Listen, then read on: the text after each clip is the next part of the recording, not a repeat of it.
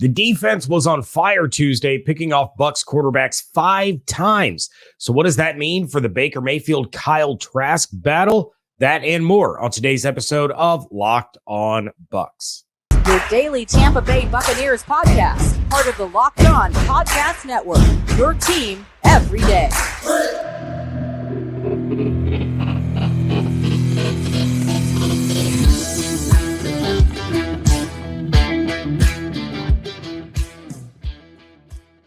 What's up, and welcome into this WTSP Wednesday episode of Locked On Bucs, your daily podcast covering the Tampa Bay Buccaneers, part of the Locked On Podcast Network, your team every day. We want to thank you for making Locked On Bucs your first listener view every day. And don't forget, you can subscribe or follow for free on YouTube and wherever you get your podcast. And of course, you can follow us on Twitter. I am James Yarcho at JYarcho_Bucs, and he is Evan Klosky, and he's back. And he is at eKlosky WTSP. We are your hosts of Locked On Bucs, credentialed members of the media covering your Tampa Bay Buccaneers. I'm the deputy editor of SB Nation's BucsNation.com. And of course, Evan can be found on 10 Tampa Bay and at 10tampabay.com when he's not, running off to Canton to. It was a heck of a time to see Rondé Barber get enshrined into the Hall of Fame. Also, shout out to Bartow native Ken Riley, who finally got his due 35 years after his eligibility. But, even when you get to witness Rondé, you also get to see all the Buccaneers alums there, and, the Glazer family and Jason Light.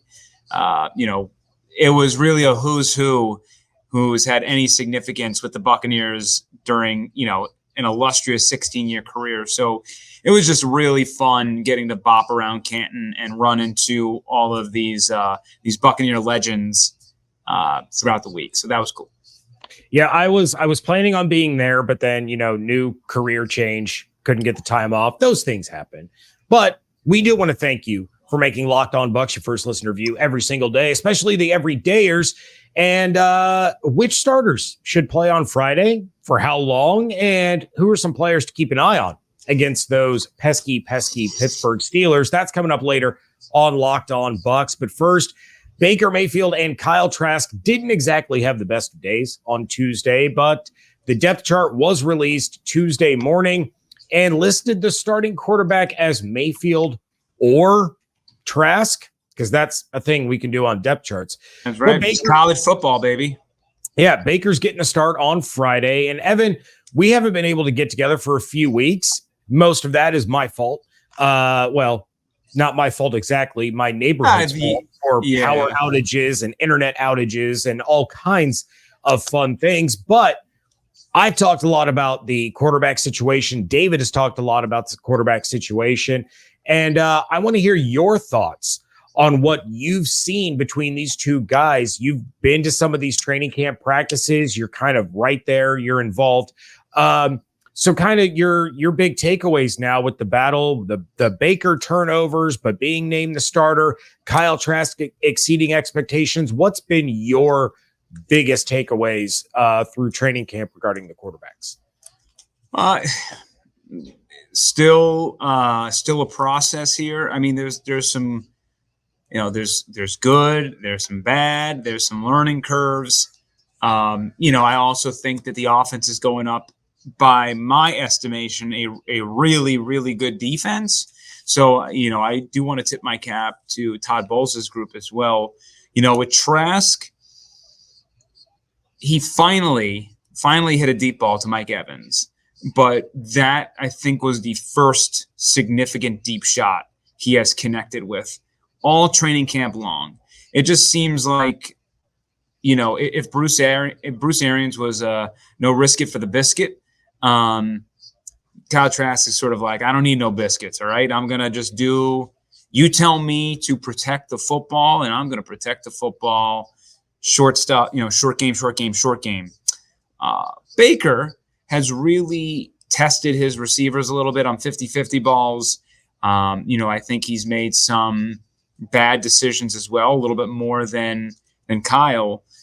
But I do wonder if by doing that, you also maybe get a better product come the regular season. Somebody who's trying to do more with the offense. I mean, as much as I love Kyle Trask protecting the football, eventually that will grow stale after a couple of weeks and teams catch on, and then they force you to make tougher decisions.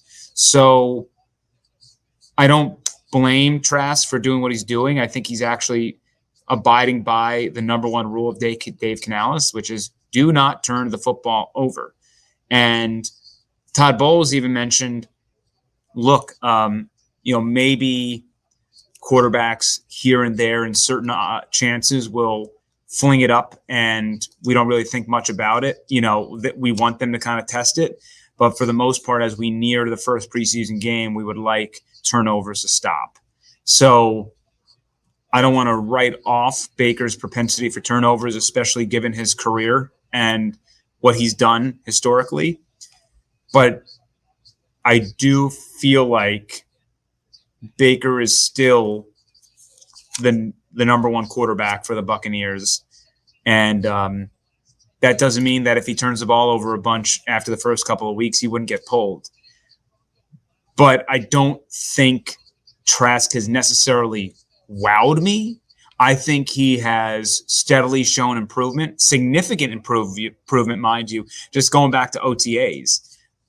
But it's not like in my head, this guy's it, there's no, it's not any light bulb moment where I say to myself, Kyle Trask is for sure the better dude over Baker, which is why as much as people want to write about it and talk about the interceptions and all this stuff, in the 7-on-7s and the 11s-on-11s, or the 11-on-11, I still think it comes down to preseason action.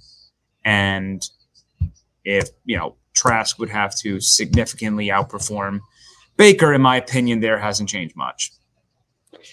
In that regard, I should say, my opinion has changed on Trask. He's been better than what I thought. But my opinion just on Baker Mayfield being the starting quarterback, that hasn't changed much from the start to now. I think he's still going to be the guy.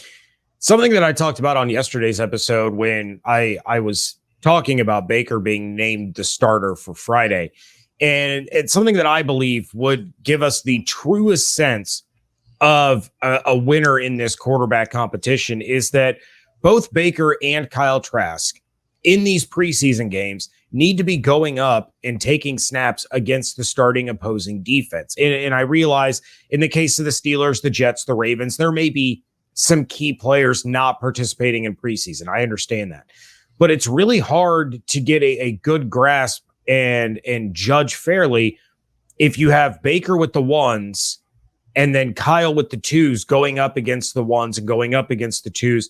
Then you flip it against the Jets, who, in my opinion, have a better defense. It's on the road. It's a tougher game. And now all of a sudden, Kyle is going up against the starters. Baker gets to go against the backups. There's no real true apples to apples comparison when you're talking about live game action. To an extent, I understand what you're saying, but at the same point, just take advantage of the opportunities given to you.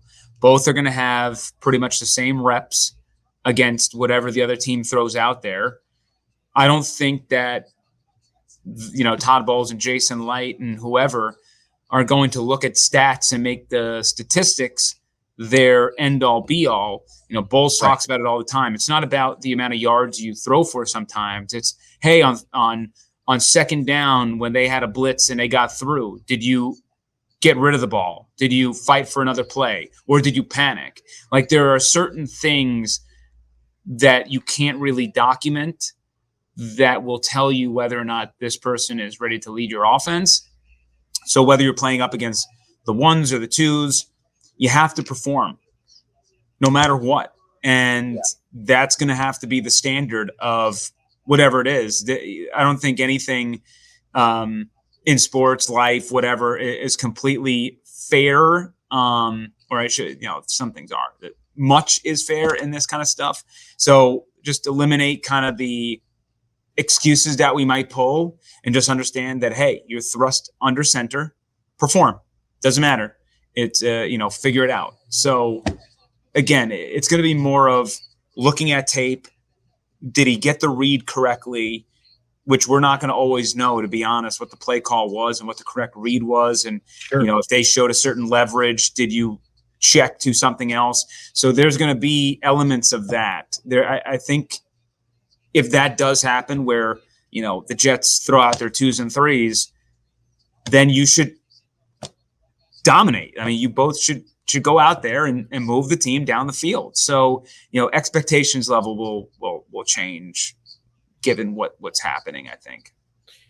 Yeah, well, Baker and Kyle won't be the only starters suiting up and playing Friday night, but which Buccaneer starters should be playing on Friday and for just how long? That's next on Locked On Bucs, part of the Locked On Podcast Network, your team every day. August is here, and you know what that means. The official start of fantasy football drafting month. Get championship ready for your home league by trying out Best Ball on Underdog Fantasy. All you do is one live snake draft, no waivers, no trades. Underdog sets your best lineup every week, and you can try it out with Underdog's Best Ball Mania tournament. I am currently in the process of my draft for that tournament. I got the number 2 pick. Yes. The largest fantasy football contest of all time is back and better than ever, with $15 million of total prizes up for grabs, including an absurd $3 million going to the winner. Last year, the winner drafted their team in July, so don't wait around. Visit UnderdogFantasy.com or find them in the App Store and sign up with promo code Locked On to get your first deposit doubled up to $100. That's Underdog Fantasy, promo code Locked On.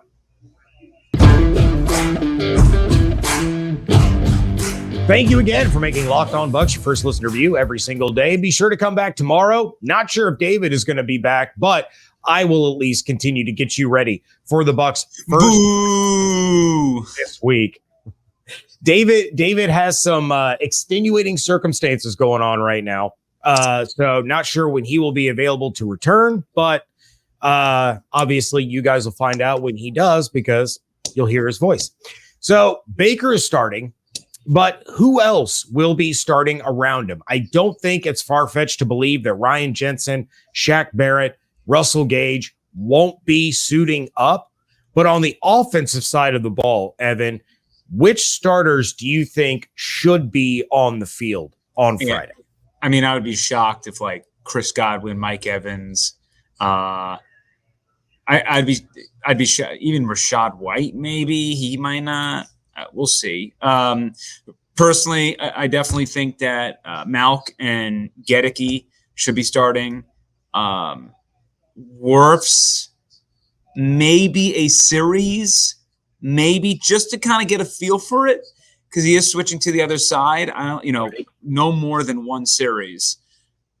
Other than that, I think when you're talking about potential starters, I really do think firmly, I believe Malk and Gedeke, because I think they kind of need to get those reps in. On the defensive side of the football, Logan Hall, Joe Tryon-Shoyinka, and that's probably it. I mean, are we going to consider, I'm not going to consider Zion McCollum a starter, even though he might play nickel. But I think that's really it for me on that side of the ball as well. Okay. So it kind of goes back to our quarterback discussion. It's a little hard to see what Baker's got in this game with the ones when most of the ones are out. I'm with you 100% on Malk and Gedeke needing to play. I'm with you 100% on Wirfs getting one, maybe two series. I think outside of that, on the offensive side of the ball, we're going to get plenty of Cade Otton.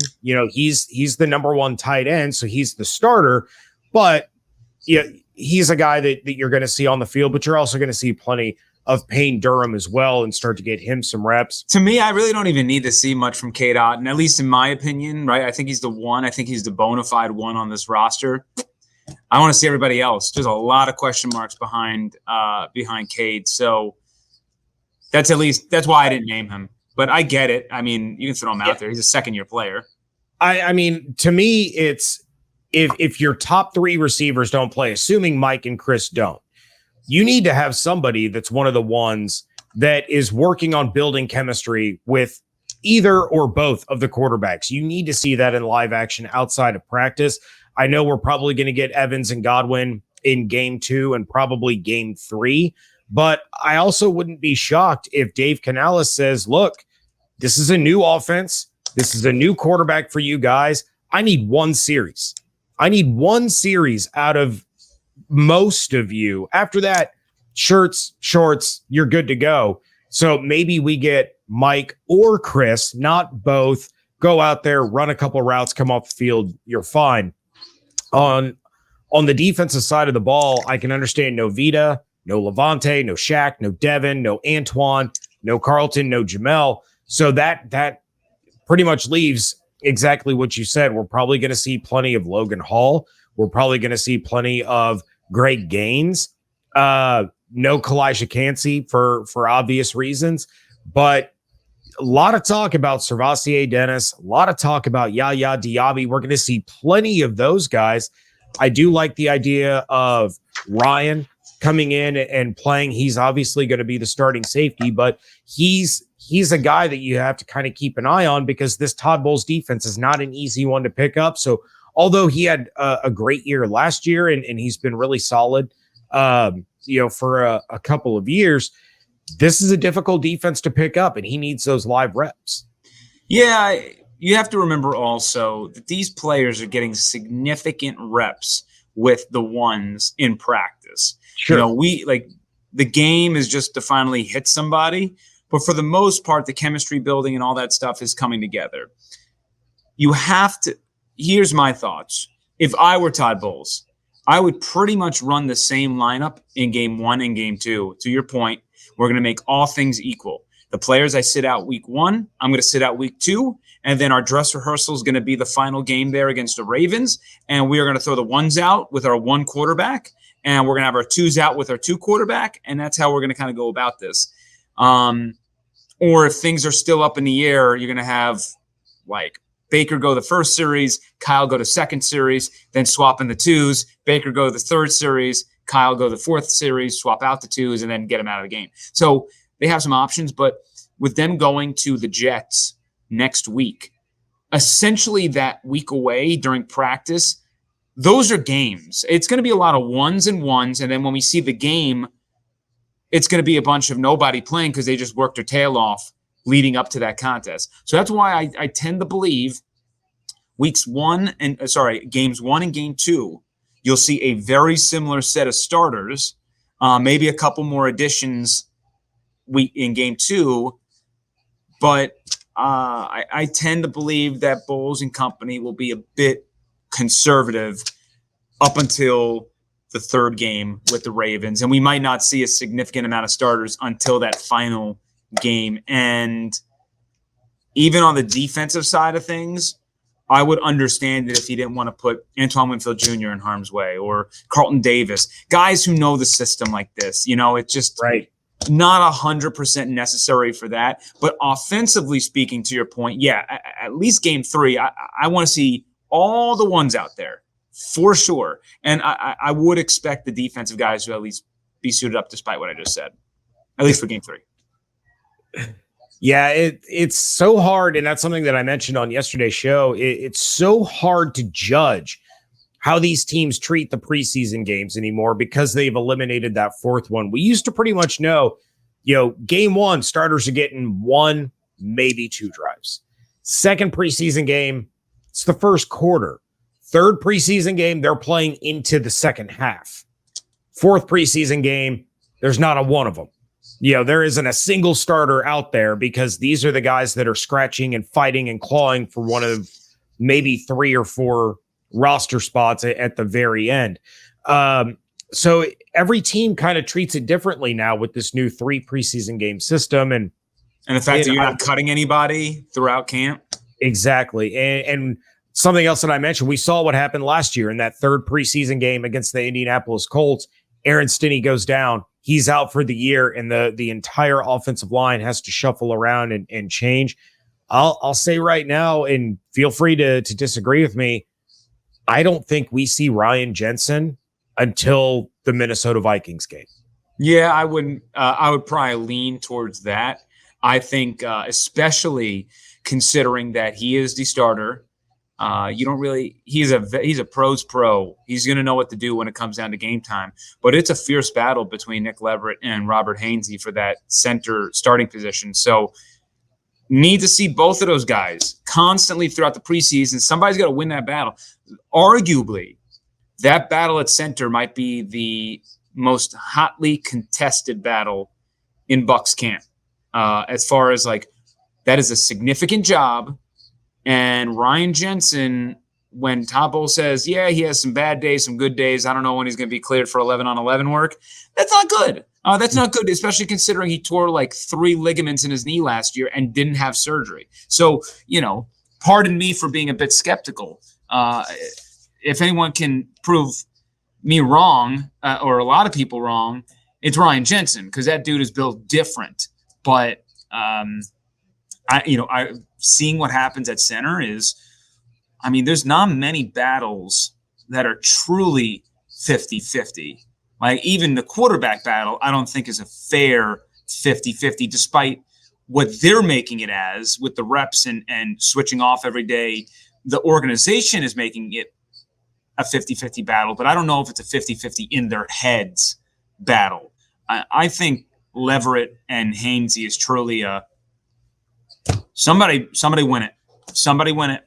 I think I would guess that Hainsey has the inside track after starting all year, but last season, but it wasn't like he was, excellent in that role. So it's not like and not to mention, I think Leverett might benefit more in this kind of Canales scheme where Nick struggled a lot in pass pro, but in the run blocking, I thought he did pretty well last year. So.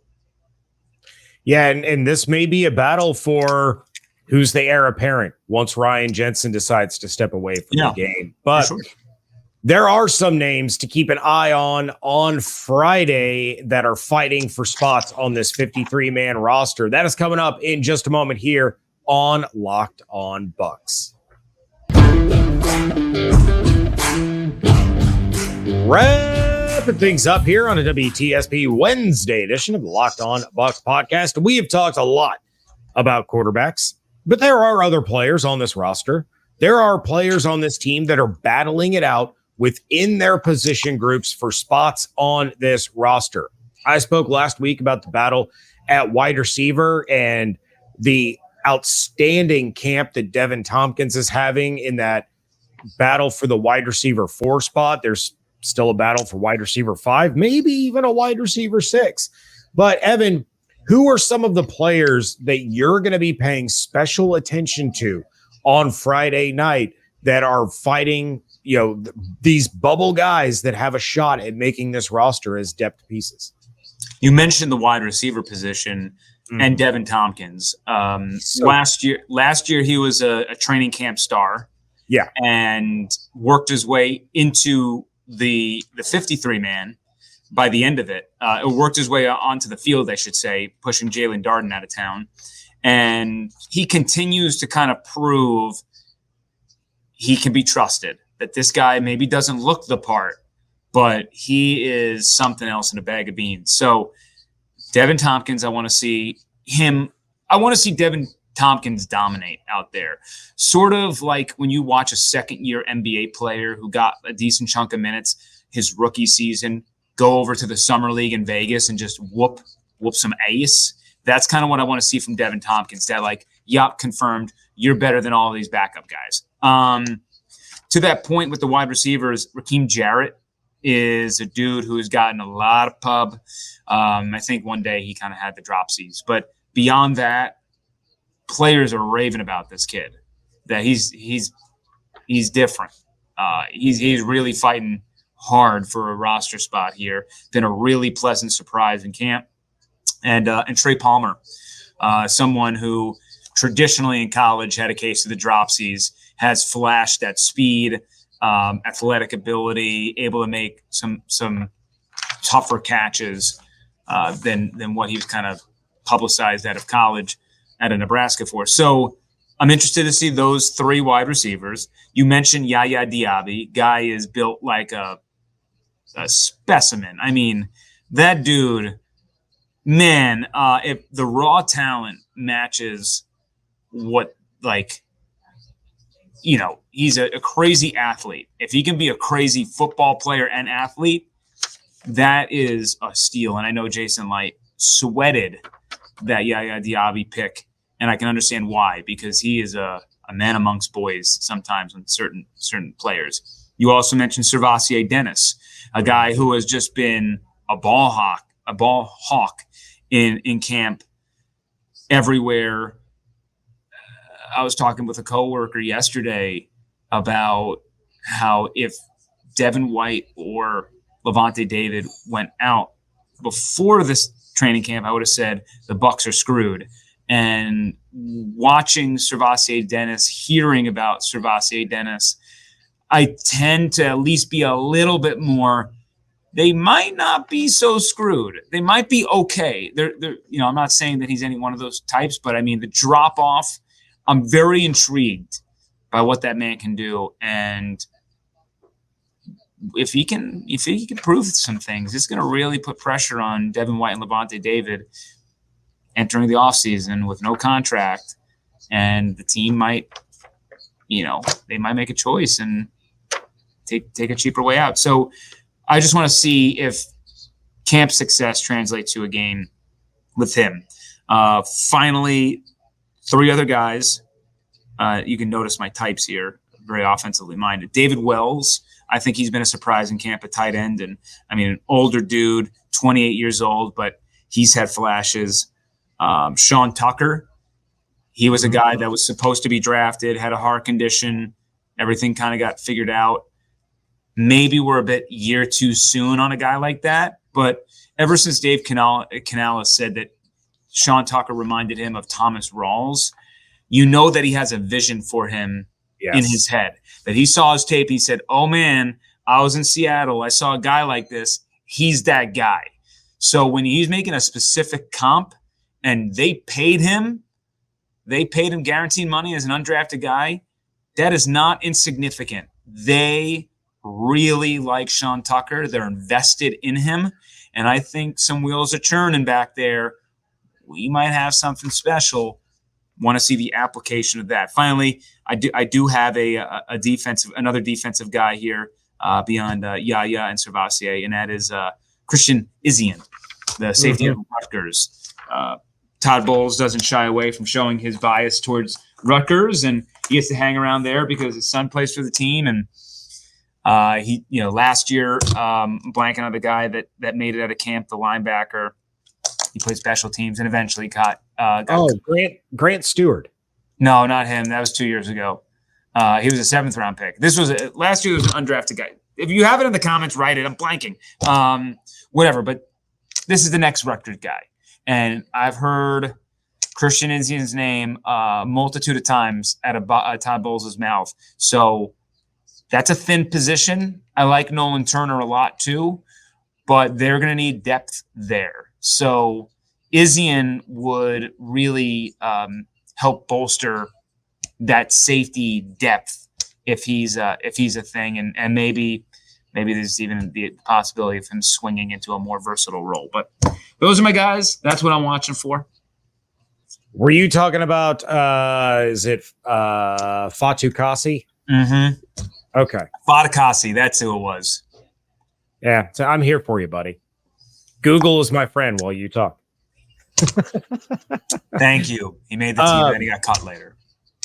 Yeah, I'm really excited to watch some of these players, in particularly, and I don't think he's fighting for a roster spot, but I'm really excited to watch Sirvocea Dennis. And David and I talked about him shortly after the draft. We had started going through and watching games, and we had each picked 2 pit games to watch Kalijah Cansey. We picked a bowl game and a regular season game.